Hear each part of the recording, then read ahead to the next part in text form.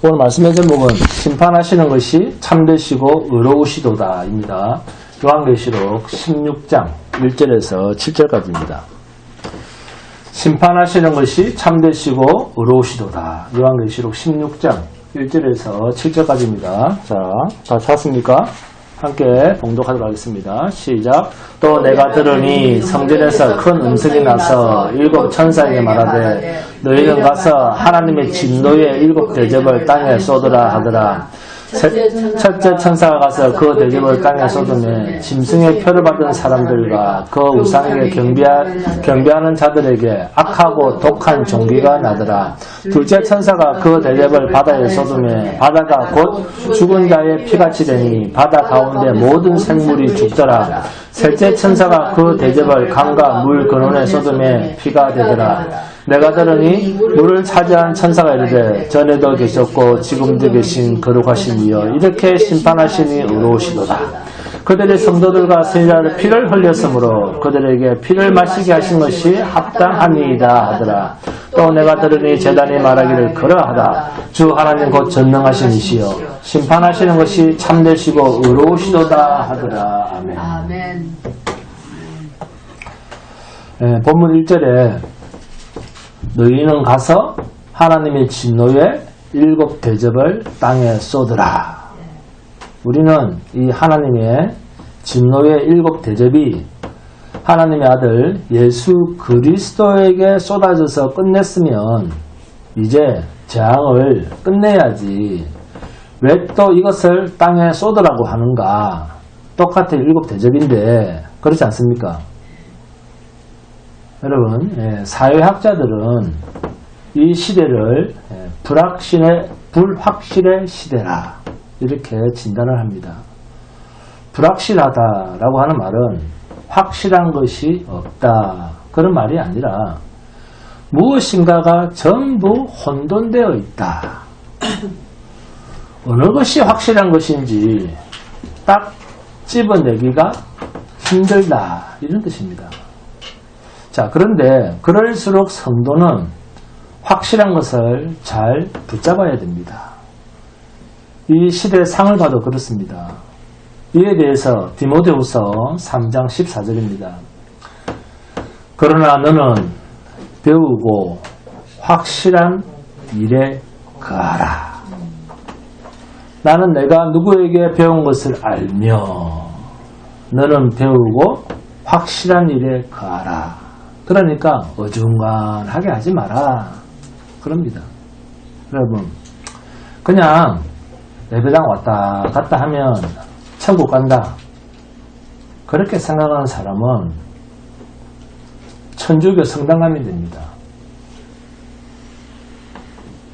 예배당을 들락거린다고 천국 간다고 생각하는 사람은 천주교인입니다.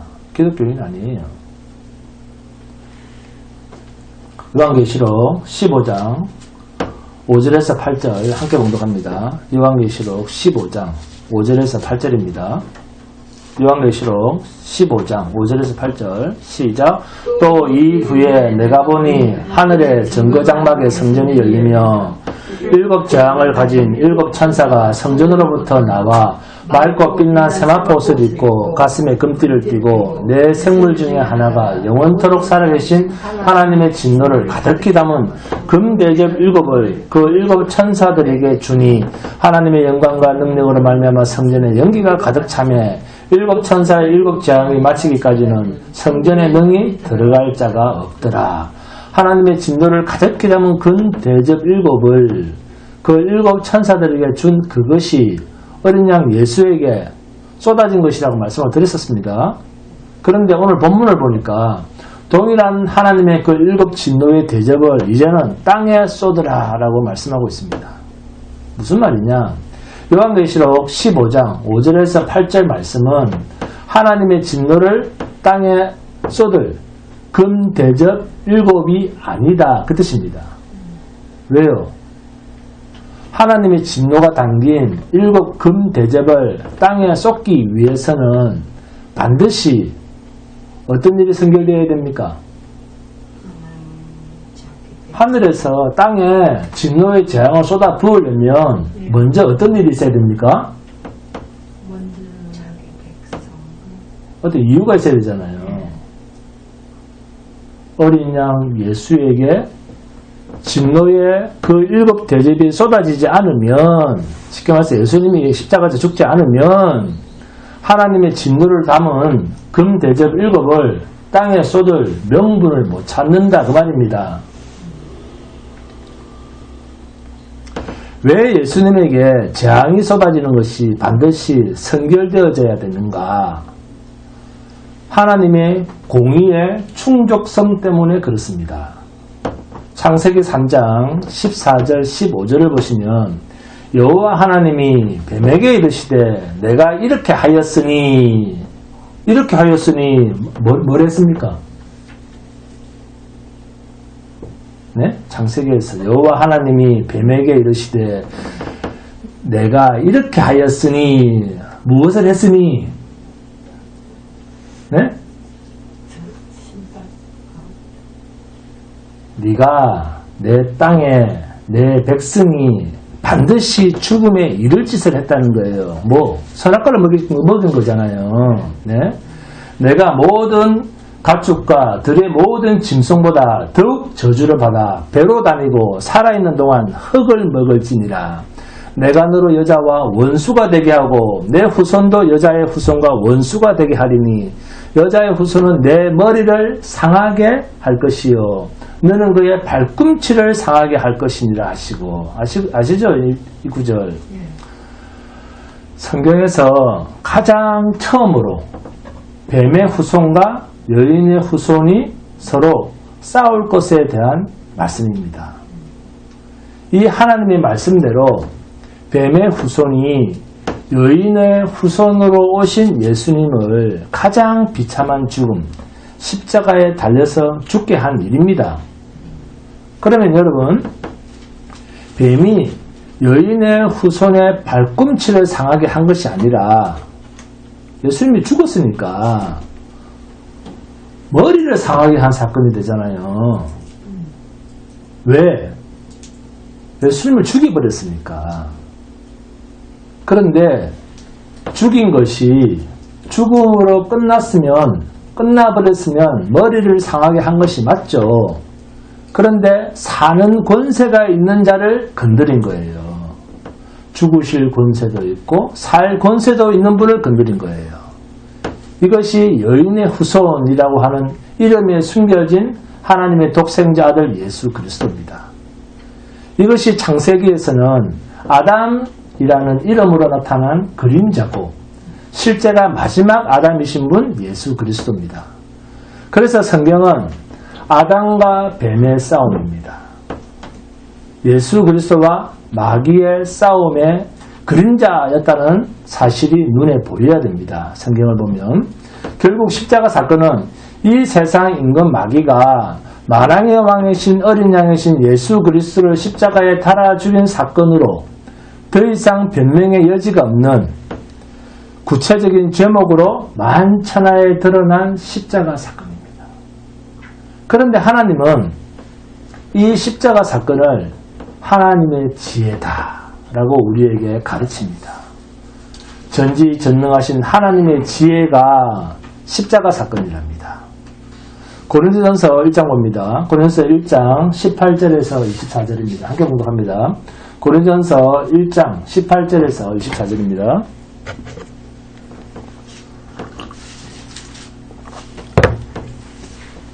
고린도전서 1장 18절에서 24절 시작. 십자가의 도가 멸망하는 자들에게는 미련한 것이요 구원을 받는 우리에게는 하나님의 능력이라. 기록된 바 내가 지혜 있는 자들의 지혜를 멸하고 총명한 자들의 총명을 폐하리라 하였으니 지혜 있는 자가 어디 있느냐 선비가 어디 있느냐 이 시대의 변론가가 어디 있느냐 하나님께서 이 세상의 지혜를 미련하게 하신 것이 아니냐. 하나님의 지혜에 있어서는 이 세상이 자기 지혜로 하나님을 알지 못하므로 하나님께서 전도에 미련한 것으로 믿는 자들을 구원하시기를 기뻐하셨도다. 유대인은 표적을 구하고 헬라인은 지혜를 찾으나 우리는 십자가에 못 박힌 그리스도를 전하니 유대인에게는 거리끼는 것이요 이방인에게는 미련한 것이로되 오직 부르심을 받은 자들에게는 유대인이나 헬라인이나 그리스도는 하나님의 능력이요 하나님의 지혜니라. 아멘. 십자가의 진리를 가지고 택하신 당신의 백성을 구원하시는 것이 세상 사람들이 볼 땐 가장 미련하게 보이도록 한 하나님의 지혜랍니다. 네가 구원자면 십자가에서 한번 내려와봐 라고 말했다는 거예요. 네가 구원자라며, 네가 메시아라며 날 구원하기 전에 네가 먼저 내려와봐. 그런데 하나님은 그렇게 하시지 않고 스스로 죽으심으로 이 엄청난 하나님의 공의의 충족성을 충만케 하시면서 만천하에 사시는 권세를 가지신 생명이신 분이 오고 오는 온 세상에 십자가로 증거하신 거예요. 이게 하나님의 지혜랍니다. 성도는 이 하나님의 지혜의 풍성함 속에 있는 자입니다. 그러니까 우리가 이해할 수가 없죠. 그러니까 세상이 볼 땐 성도는 망하는 인생, 죽는 인생인 거예요. 우리는 이 하나님의 지혜를 그런데 너무 가볍게 생각을 합니다. 하나님의 이 십자가 사건을 세상이 볼 땐 뭐로? 미련한 것으로 보게 되어 있다는 것을 하나님이 먼저 알고 계십니다. 그럼에도 자칭 하나님의 백성이라고 하는 유대인들은 표적을 구합니다. 하나님을 가만히 믿고 살지 못해요. 자꾸 뭔가를 보고 체험하려고 합니다. 헬라인은 이 하나님의 미련한 방식을 도무지 받아들일 수가 없으니까 지혜를 찾습니다. 그런데 택하신 성도는 십자가에 못 박힌 그리스도를 자랑하는 거예요. 그런데 유대인들은 자기들이 십자가에 못 박은 예수 때문에 마음에 끓이끼고 헬라이나 이방인들에게는 저런 게 무슨 하나님의 방법이야. 저런 미련한 일이 어디 있어. 구원자로 왔으면 먼저 자기가 살아서 모든 자들을 끌고 가야지. 십자가 사건을 미련한 짓으로 매도해버린다는 겁니다. 그러나 하나님의 부르심을 입은 자들에게는 유대인이거나 헬라인이거나 그리스도는 하나님의 능력이요 하나님의 지혜입니다. 예수님은 이 땅에 죽임을 당하시기 위해서 오셨는데 예수님보다 먼저 6개월 먼저 온 자가 있습니다. 하나님께서 먼저 보냈습니다. 왜?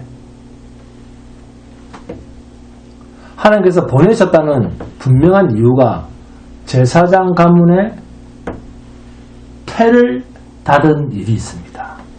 사가랴라고 하는 남편을 둔 엘리사벳입니다. 사가랴는 제사장이었습니다. 그런데 부인 엘리사벳이 나이가 많도록 아기가 없는 거예요. 그런데 이 나이 많은 늙은 엘리사벳에게 성경은 아기가 생겼다라고 이야기를 합니다. 이 말은 지금까지 엘리사벳의 태를 하나님이 닫으셨다라고 하는 것을 암시하는 말입니다. 이 아기를 예수보다 6개월 먼저 세상에 보냅니다. 이 아이가 세례 요한입니다. 그런데 예수님이 오신 그 시대가 유대 사회에서 제사장 계열에 있는 사람들이 가장 경제적으로 부유했습니다. 그런데 제사장 가문에 그렇게 어렵게 출생한, 그죠?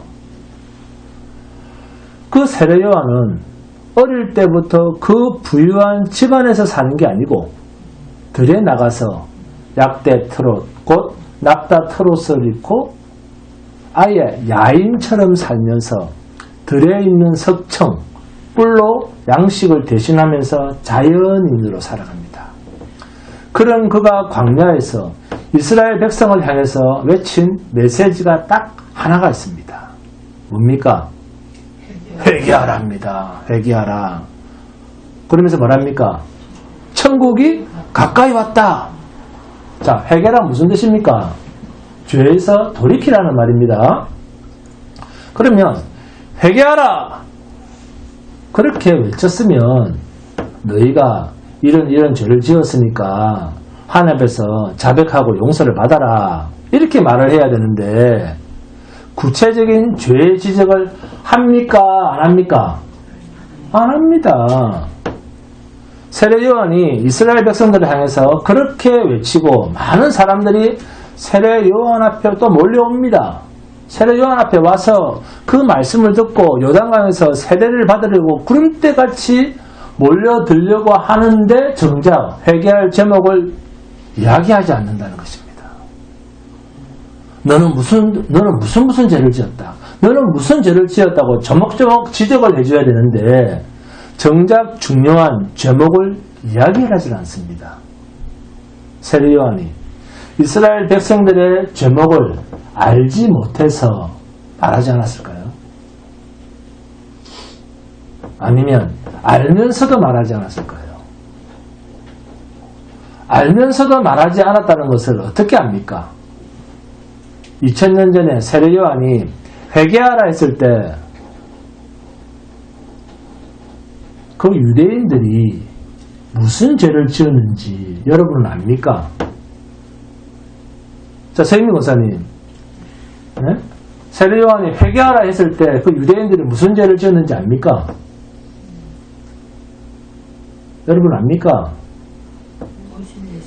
회개라고 하는 말은 죄와 관련된 말입니다. 죄에서 돌아서라는 이야기입니다.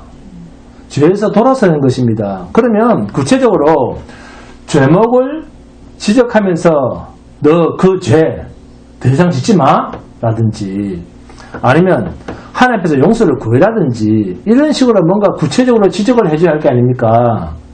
그런데도 그런 말은 안 합니다. 그러면 세례 요한이 회개하라고 하는 그 죄는 무엇일까요? 무엇인가 하는 것입니다. 그런데 이것을 예수님이 오셔서 가르쳐 주십니다. 죄란 뭡니까? 나를 알지 못하는 것이죠. 할렐루야. 너무 단순하잖아요. 나를 믿지 아니하는 것이야. 아멘? 아멘. 명심하시기 바랍니다. 세례 요한이 말할 이유도 없고 말할 자격도 없는 거예요. 내 뒤에 오시는 네가 있으니 이 이야기만 하면 되는 거예요. 왜? 주님이 오시면 죄가 적나라하게 드러나게 되니까. 죄의 기준은 누굽니까? 예수 그리스도입니다. 항상 예수를 기준으로 죄를 보셔야 됩니다. 하나님은 이분을 믿지 않는 것을 죄라고 하십니다.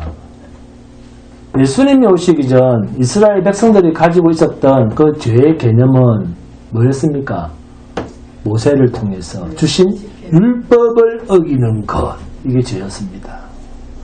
제사를 드려야 되는데 제사를 드리지 않았다든지 하나님께서 11조 제사, 절기 제사, 안식일 제사, 이스라엘 백성으로서 할례를 받지 않았다든지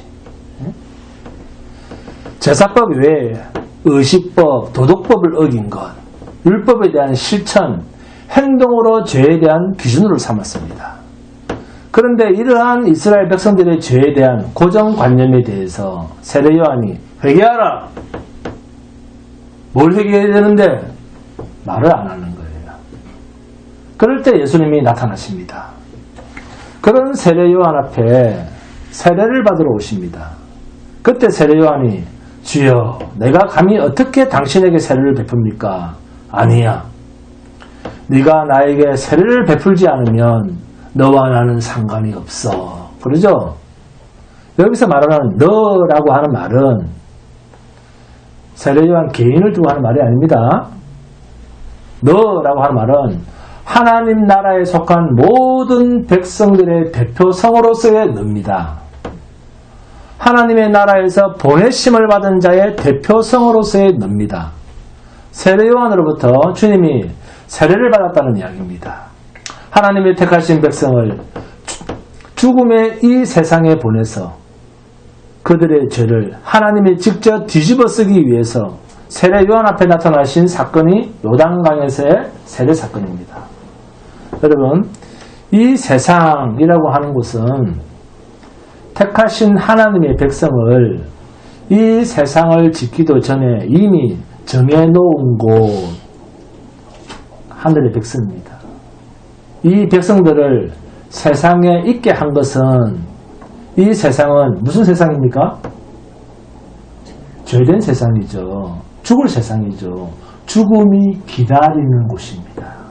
그게 세상입니다. 이 세상은 절대로 살아서 이 세상을 나갈 수가 있다 없다? 나갈 수가 없습니다. 세상에 하나님의 백성을 던져 넣었는데 이 죽음의 세상에 던져짐을 당한 이 하나님의 백성들의 죄를 지금 주님이 내가 다 받겠다고 내게 세례를 베풀어라. 네가 내게 세례를 베풀지 않으면 너와 나는 상관이 없어. 주님이 그 세례를 받으심으로 자기 백성들의 죄짐을 진 어린 양으로서의 인생을 이제 시작하시는 거예요. 그래서 세례를 받으시고 즉각 세례를 받자마자 예수님이 하신 모든 일을 뭐라고 합니까? 공생의 사역이라고 합니다. 약 3년 반인데 그 짧은 시간 동안 무슨 일만 하셨느냐? 무슨 일만 하셨습니까? 예수님은 자기 죽을 짓만 골라서 했습니다. 유대인 사회에서 맞아 죽을 짓, 그래서 맞아 죽는 그 최고의 자리가 십자가 형틀에서 죽임당하신 것입니다. 그러니까 유대인 사회에서 가장 참혹한 범죄를 저지른 자로 낙인이 찍힌 거예요. 그러니까 주님의 이 3년 반 동안의 사역이 얼마나 유대 사회에서 보기에 악한 모습으로 드러났는가 그 말이에요. 네? 죄인의 동류로. 저건 죄인이지. 저거는 뭐가 아니야. 죄인과 똑같은 취급. 죄인의 동료로, 죄인의 친구로, 죄인 취급을 받았다 그 말입니다. 성도가 이런 신분으로 세상에 있다는 사실을 신자들이 너무 모릅니다. 그러니까 예배당에 오면 거룩한 채 하는 거예요. 왜? 모르니까. 아니 거룩한 게 거룩한 척을 하면 거룩한 거죠. 정말로 고상한 사람이 고상한 척을 하면 고상한 건데, 그런데 장녀가 아무리 고상한 옷을 입었다고 해서 그게 고상한 겁니까? 사기꾼이 아무리 멋진 좋은 정장을 빼입어도 정말 그게 신사입니까? 거짓말 안 하는 신사예요? 그런 분별도 없이 예수를 믿습니까?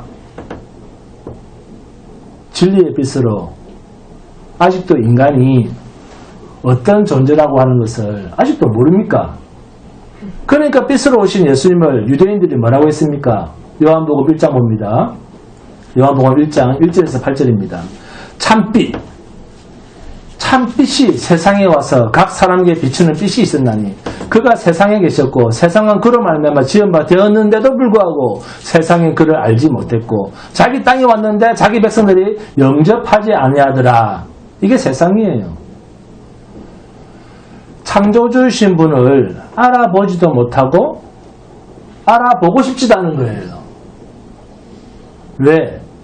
그분 앞에서 참빛 앞에서 자기의 더러움이, 자기의 악함이, 자기의 하는 짓이 다 들통이 나니까 숨는 거죠. 어둠이 빛 앞으로 나오면 자기의 모습이 다 드러나니까 빛 앞에서 자신을 가리는 거예요. 예수님이 오시니까 유대인들이 가지고 있는 이 죄의 개념이 완전히 다른 겁니다. 우리가 하는 거룩한 행위가 하나님 앞에서 의가 아니네? 오히려 저주받을 짓이네? 이게 요한복음 3장 16절에서 21절 말씀입니다. 함께 봉독합니다. 요한복음 3장 16절에서 21절입니다.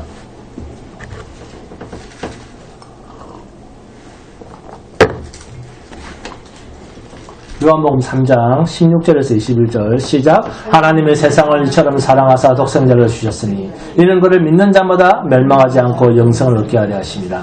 하나님이 그 아들을 세상에 보내신 것은 세상을 심판하려 하심이 아니요 그로 말미암아 세상이 구원을 받게 하려 하심이라. 그를 믿는 자는 심판을 받지 아니하는 것이요 믿지 아니하는 자는 하나님의 독생자의 이름을 믿지 아니하므로 벌써 심판을 받은 것이니라. 그 정죄는 이것이니 곧 빛이 세상에 왔을 때 사람들이 자기 행위가 악함으로 빛보다 어둠을 더 사랑한 것이니라. 악을 행하는 자보다 빛을 미워하여 빛으로 오지 아니하나니 이는 그 행위가 드러날까 하며 진리를 따르는 자는 빛으로 오나니 이는 그 행위가 하나님 안에서 행한 것임을 나타내려 함이라 하시니라. 아멘. 왜 빛 앞으로는 안 나옵니까? 자기의 행위가 드러날까 싶어서. 그러면서 요한복음 3장 16절만 좋아합니다. 자기의 행위가 드러날까 하면서 그것을 숨기면서 뭐만 좋아한다? 요한복음 3장 16절만 좋아한다는 거예요. 하나님이 세상을 이처럼 사랑하사 독생자를 주셨으니 이는 그를 믿는 자보다 멸망하지 않고 영생을 얻게 하려 하십니다. 이것만 좋아한다는 거예요. 얼마나 이기적입니까? 그러니까 좋아서 팔딱팔딱 뛰면서 어떤 노래 좋아합니까? 당신은 사랑받기 위해 태어난 사람. 이 노래만 좋아하는 거예요. 자기 죄는 안 보는 거예요. 이 노래 너무 좋아합니다. 완전 히트송입니다. 그런데 여러분, 인간은 하나님 앞에서 사랑받기 위해서 이 세상에 태어난 게 아닙니다. 진노받기 위하여 이 세상에 태어난 거예요. 사랑만 받아가서 왜 아픕니까? 왜 늙습니까? 왜 죽습니까? 왜 고난이 있습니까? 왜 환난이 있습니까? 왜 이혼을 하고 난리를 칩니까? 성도는 반드시 이 세상에서 진노를 지나가야 되는 자들입니다. 왜? 예수님처럼. 할렐루야. 그런데 이걸 모르는 거예요. 예수님만 고난 받으십시오. 우리는 안락한 길, 평탄한 길로 넓은 교회로 뒤에서 조용히 있다가 예배드리러 그냥 갈게요. 따로 갈게요. 이것이 지금 세상에 존재하는 기독교인입니다. 왜 그럴까요? 교회는 다니는데 제가 뭔지를 모르는 거예요. 성경은 전부 제 이야기인데 여전히 죄를 하나님 하라 하는 것은 하고 하나님 하라 하는 것은 또 하고 하지 마라 하는 것도 하는 걸 기어코 한다. 그러니까 이렇게 하나님 하라 하는 것을 안 하는 것이 죄다.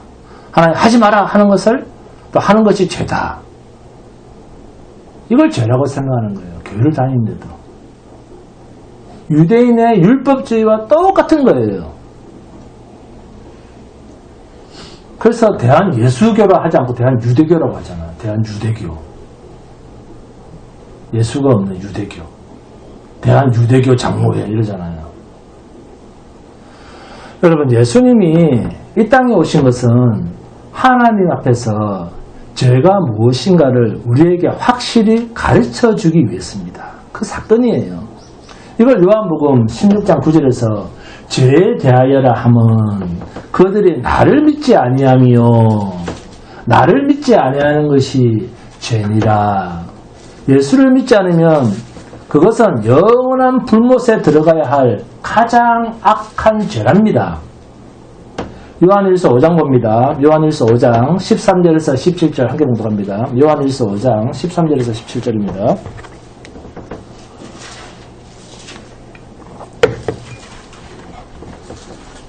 요한일서 5장 13절에서 17절 시작.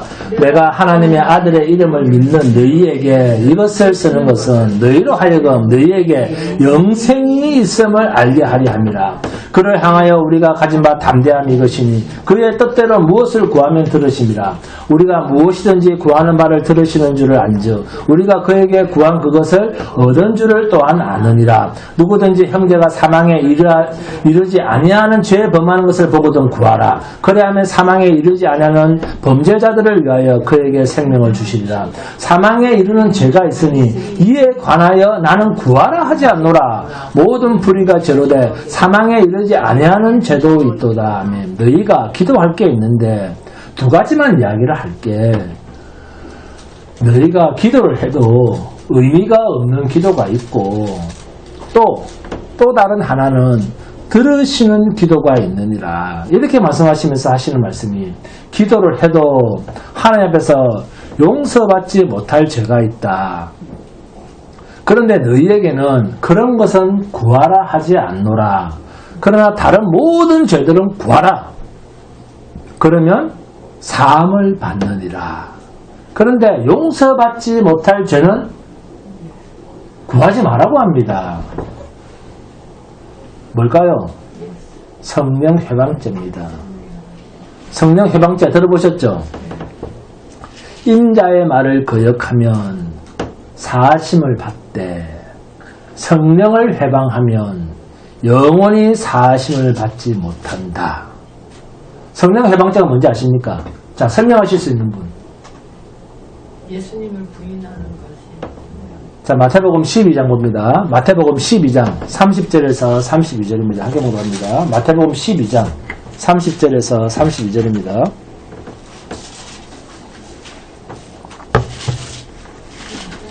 마태복음 12장 30절에서 32절입니다.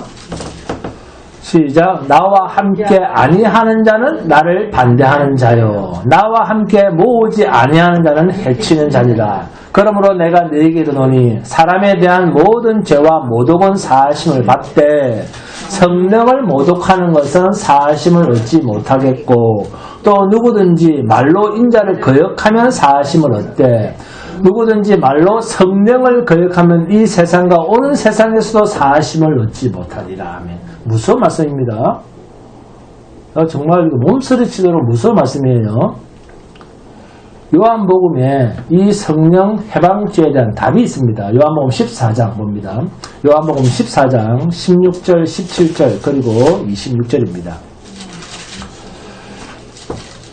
요한복음 14장 16, 17절 그리고 26절입니다. 내가 아버지께 구하겠으니 그가 또 다른 보혜사를 너희에게 주사 영원토록 너희와 함께 있게 하리니 그는 진리의 영이라. 세상은 능히 그를 받지 못하나니 이는 그를 보지도 못하고 알지도 못함이라. 그러나 너희는 그를 아나니 그는 너희와 함께 거하시며 또 너희 속에 계시겠습니다. 26절. 보혜사 곧 아버지께서 내 이름으로 보내실 성령, 그가 너희에게 모든 것을 가르치고 내가 너희에게 말한 모든 것을 생각나게 하리라. 아멘. 내가 가면 반드시 보혜사를 보내는데 성령이 오시면 성령, 그가 너희에게 모든 것을 가르치고 내가 너희에게 말한 모든 것을 생각나게 한다는 거예요. 그리고 요한복음 16장 8절과 9절입니다. 그가 와서 죄에 대하여, 의에 대하여, 심판에 대하여 세상을 책망하시리라. 죄에 대하여라 하면 그들이 나를 믿지 아니하며, 여기서 가장 중요한 핵심은 나를입니다.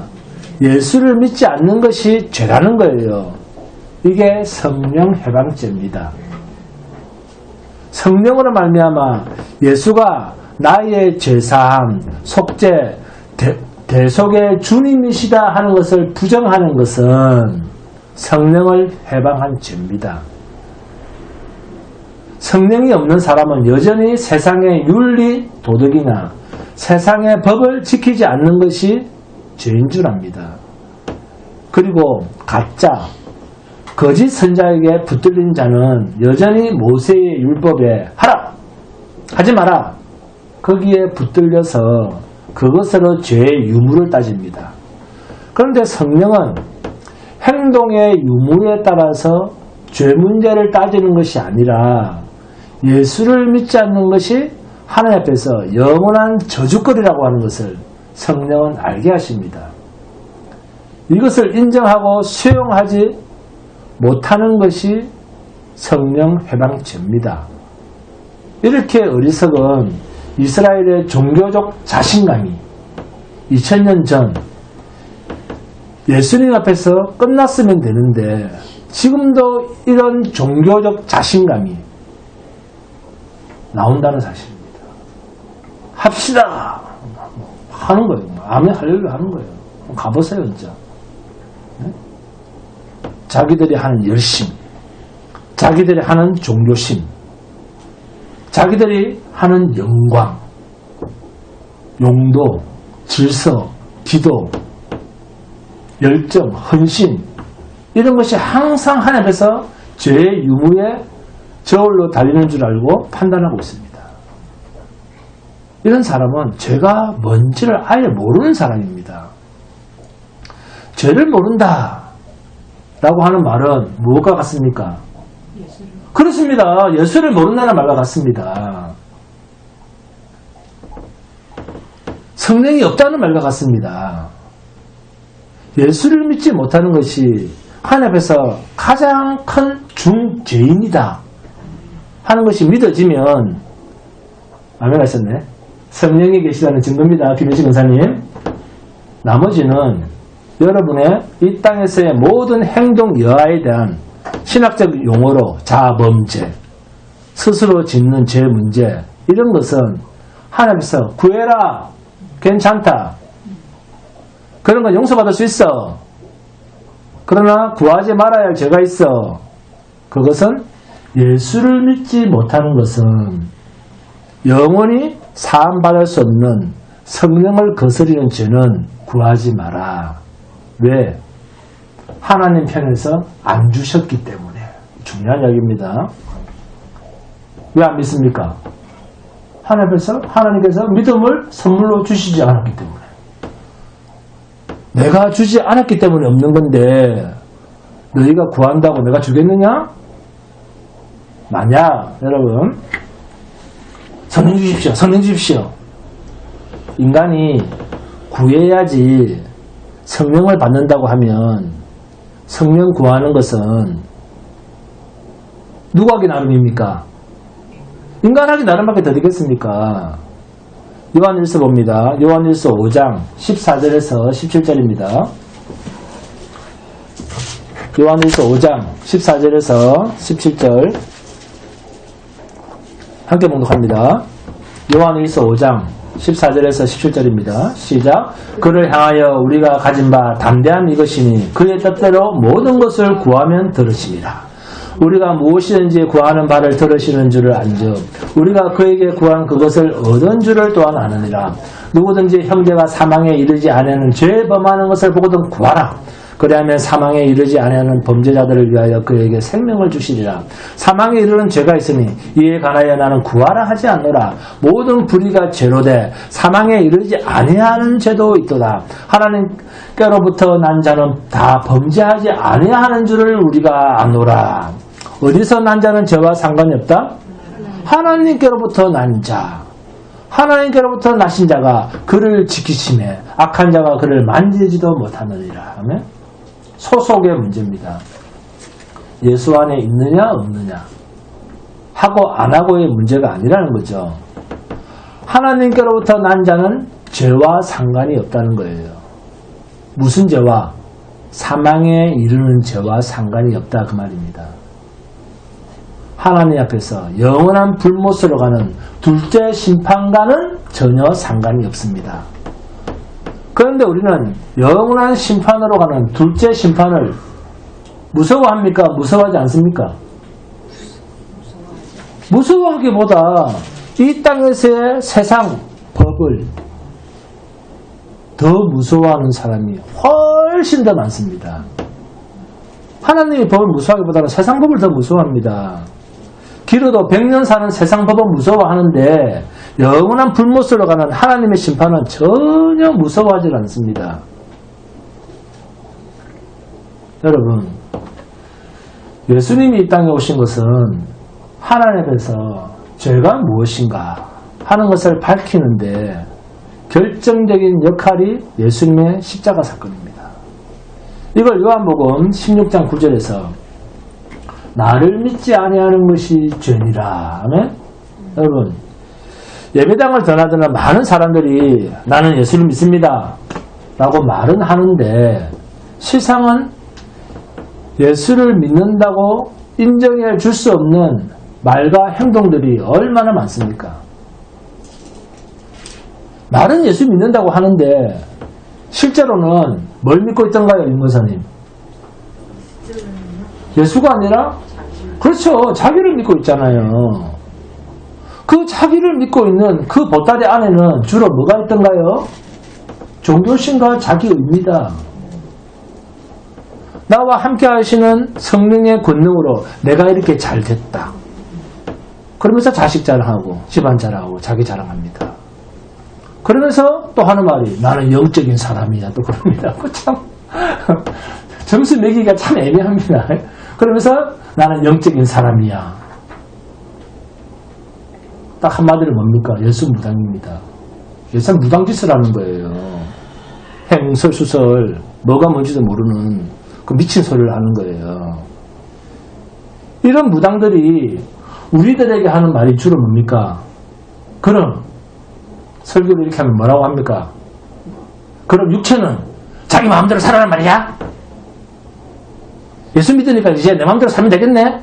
그럽니다. 로마서 8장 봅니다. 로마서 8장 12절에서 18절 함께 공독합니다. 그런 사람한테 말할 수 있어야 됩니다. 로마서 8장 12절에서 18절입니다.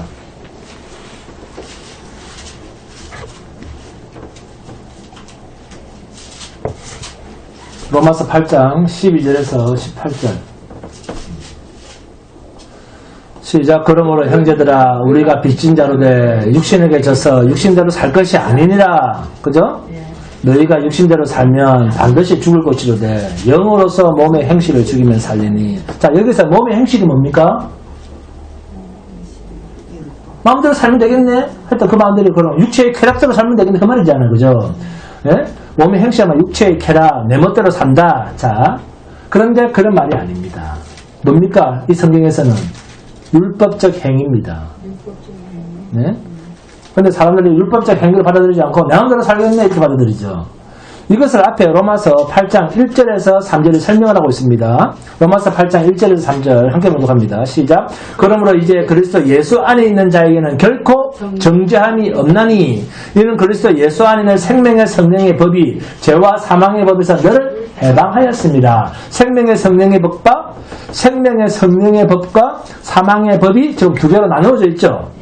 그러면서 3절에 율법이 육신으로 말미암아 연약하여 할 수 없는 그것을 하나님은 하시나니. 우리는 못하지만 하나님 하신다는 거죠. 자, 몸의 행실이 뭡니까? 죄와 사망의 법이에요. 곧 율법적 행위 아닙니까? 이것을 죽이면 살리니, 그럼 율법적 행위를 죽이면 살리니, 그러면서 16절에서 아주 중요한 이야기가 나옵니다.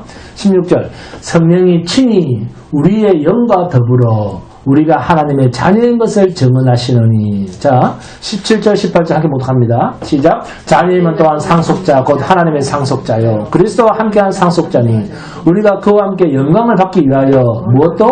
고난도 함께 받아야 할 것이니라. 생각하건대 현재의 고난은 장차 우리에게 나타날 영광과 비교할 수 없도다. 아멘. 이 고난이 어떤 고난인지 함께 보겠습니다. 로마서 8장 35절에서 37절 함께 공부합니다. 35절부터 37절 시작. 누가 우리를 그리스도의 사랑에서 끊으리요?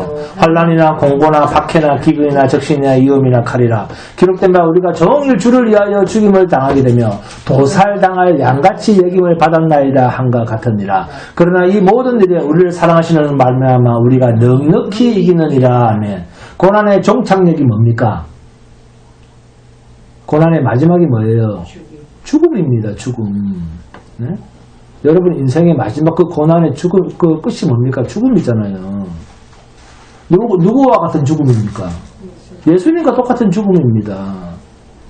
예수님이 십자가 죽음에 이를 때 자칭 하나님의 백성이라고 하는 자들에게 어떤 칭호를 받고 죽임을 당했습니까? 주님이.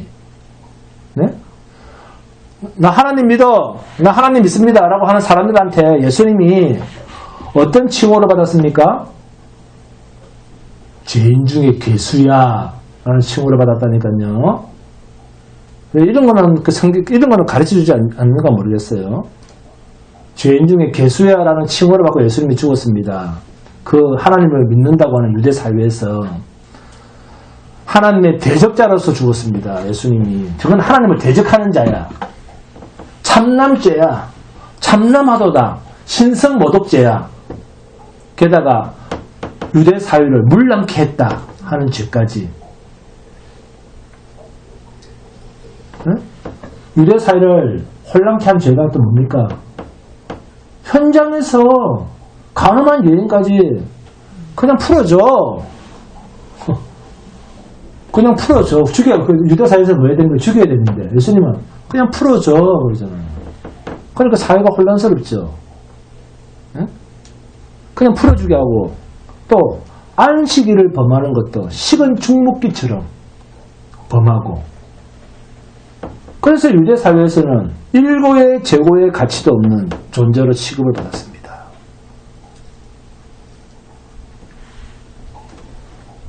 그런데 여러분은 성령이 오시면 자기 마음대로 사나? 믿음으로만 살면 뭐 지멋대로 사는 거가? 그런 말에 왜 여러분은 말이 막힙니까? 말을 못하고 유구무원으로 지낸다고 이 자유의 진리가 율법으로 바뀌지 않습니다. 성령이 오시면 거룩하게 살 힘도 준다고요? 성령이 오시면 거룩하게 살 수 있대. 그 거룩이 무슨 뜻인지 아십니까? 뜻도 모르고서는 그런 종교인들의 상관은 구별된 존재, 그 뜻으로서의 거룩입니다. 내가 거룩하니 누구도 거룩해라? 너희도 거룩하라. 라는 이 거룩은 이 세상 가짜 종교 놀이와는 다른 영역, 그 뜻이에요.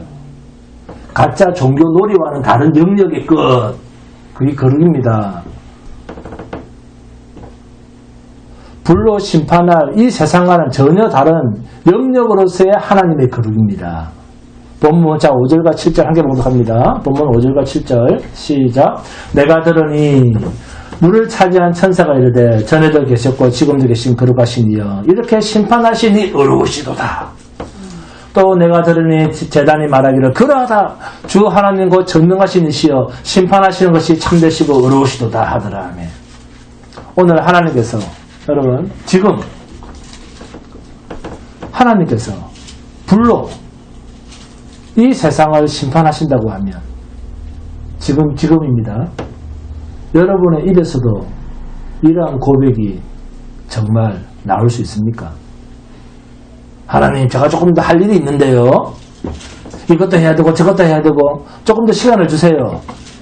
이렇습니까? 김혜식은 설마 얼마적입니까? 당장입니까? 할렐루야입니까? 아니면 시간 좀 주세요. 그 말입니까?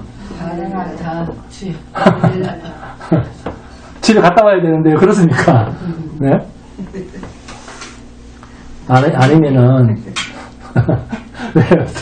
왜 김혜식 사님 집에 갔다 와서 그때 끝내시죠? 그럴 겁니까?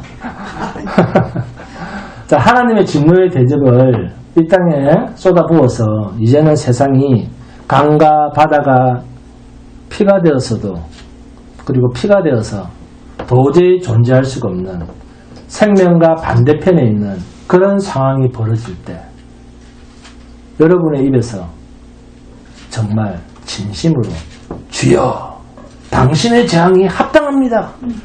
의로우시고 참되십니다. 맞습니다. 라는 이런 말이 나오겠는가 그 말입니다. 여러분 성도에게는 이러한 재앙이 내려지지 않는다. 그렇게 생각하십니까? 불로 심판받을 자들과 함께 있는 이곳에 이 세상에 이 땅의 근원과 강의 근원과 물의 근원과 이런 악질과 독한 헌대가 나오는 이런 모든 것이 우리는 예수 믿으니까 괜찮고 정말 세상의 불신자들 정말 하나님의 성령이 없는 자들만 핏물을 마시고 저주와 재앙을 받고 우리는 맑은 물을 마시고 생수 마시고 미끈하게 예쁘게 화장한 모습이다. 그렇게 생각하십니까? 그렇게 생각하신다면 큰 착각입니다. 불신자들과 똑같이 당합니다. 그럴 때에도 고난과 재앙 속에서도 하나님을 향한 찬양의 고백이 나오겠는가 그 말입니다. 자신이 하나님 앞에서 죄인인 것을 아는 자만 이러한 감사의 고백이 나오는 줄 저는 믿습니다. 예수 그리스도의 영이 함께하는 자에게만 찬양과 은혜의 고백이 나옵니다. 왜요? 죄가 뭔지를 알거든요. 인간의 종교적 행위로는 죄의 문제를 해결할 수 없다는 것을 아는 자만 하나님의 마지막 진노의 심판 앞에서 항복하는 것입니다. 여러분, 율법적 행위가 무엇인지 알고 예수를 믿지 않는 것이 죄라는 것을 성도는 알고 사는 자입니다. 정말 성경이 말하는 죄가 무엇인지를 알고 하나님의 깊은 은혜를 맛보는 복된 성도가 되시기를 주님의 이름으로 축원드립니다. 그럼 찬송합니다. 찬송가 54장입니다.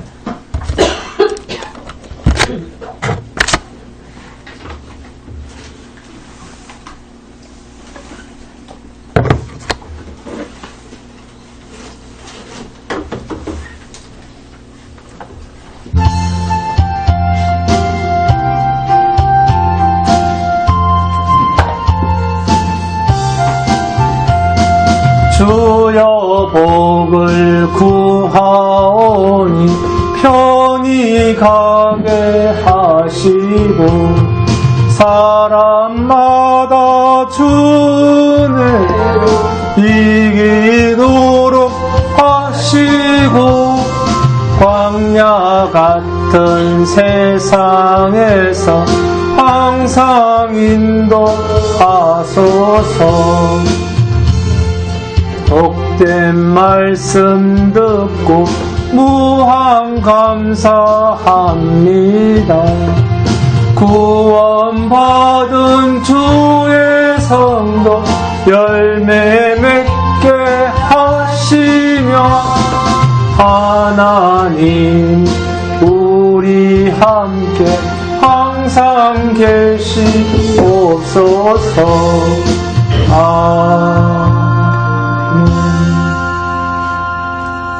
기도하겠습니다. 또 내가 들으니 제단이 말하기를 그러하다. 주 하나님 곧 전능하신 이시여 심판하시는 것이 참되시고 의로우시도다 하더라. 자비하신 하나님 감사합니다. 오늘도 세상에 대하여는 영원하고 준엄한 심판의 불인데 의에 거하는 하나님의 은혜 안에 있는 하나님의 사랑 안에 있는 백성들에게는 영광스러운 하나님의 은혜의 성취가 되는 이 복된 말씀을 소상하게 받고 당신님의 은혜로 아멘하고 받을 수 있는 성령의 역사심에 진심으로 감사를 드립니다. 귀로 들었으나 새 생명으로 옮겨지고 부흥하여 속히 하나님의 새하늘과 새 땅으로 속히 들어가는 은혜를 드리게 하옵소서. 세상은 죄를 벗어날 수 없는 곳임을 사는 동안 너무나도 많이 경험했사오니 주여 우리를 불쌍히 여기시되 이런 더러운 죄악의 구덩이가 아닌 이런 죄와는 완전히 구별된 하나님의 약속하신 나라를 저희들에게 속히 허락해 주시옵소서. 이 참된 소망으로 오늘 말씀을 받은 모든 자들에게 동일한 하나님의 은혜로 인도하여 주옵소서. 존귀하신 아버지 하나님, 저희들이 하나님 앞에 나올 때 빈손으로 나오지 아니하고 말씀을 따라 정성 모아 예물을 드리됨을 감사드립니다. 여기 우리의 힘과 정성과 뜻을 모아서 바친 이 예물을 연락하여 주시옵소서. 그리고 이 예물을 통하여 하나님의 거룩한 사업을 위해 쓰고도 남음이 있는 오병의 역사가 나타나게 하여 주옵소서. 존귀하신 예수 그리스도 이름으로 기도드립니다. 아멘. 모두 일어나 주시기 바랍니다. 찬송가 380장입니다.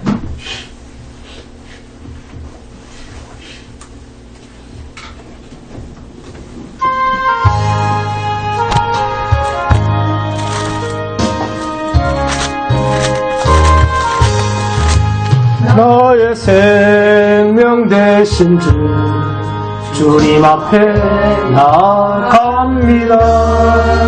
주의 흘린 보혈로 정케 하사 받아주소서. 날마다 주를 찬송하겠네. 주의 사랑 줄로서 나를 굳게 잡아내소서. 지는 세상 지낼 때 나를 인도하여 주소서. 주를 믿고 나가면 나의 길을 잃지 않겠네. 날마다 주를 찬송하겠네. 주의 사랑 줄로서 나를 굳게 잡아매소서. 세상 살아갈 때에 주를 더욱 사랑합니다. 밝고 빛난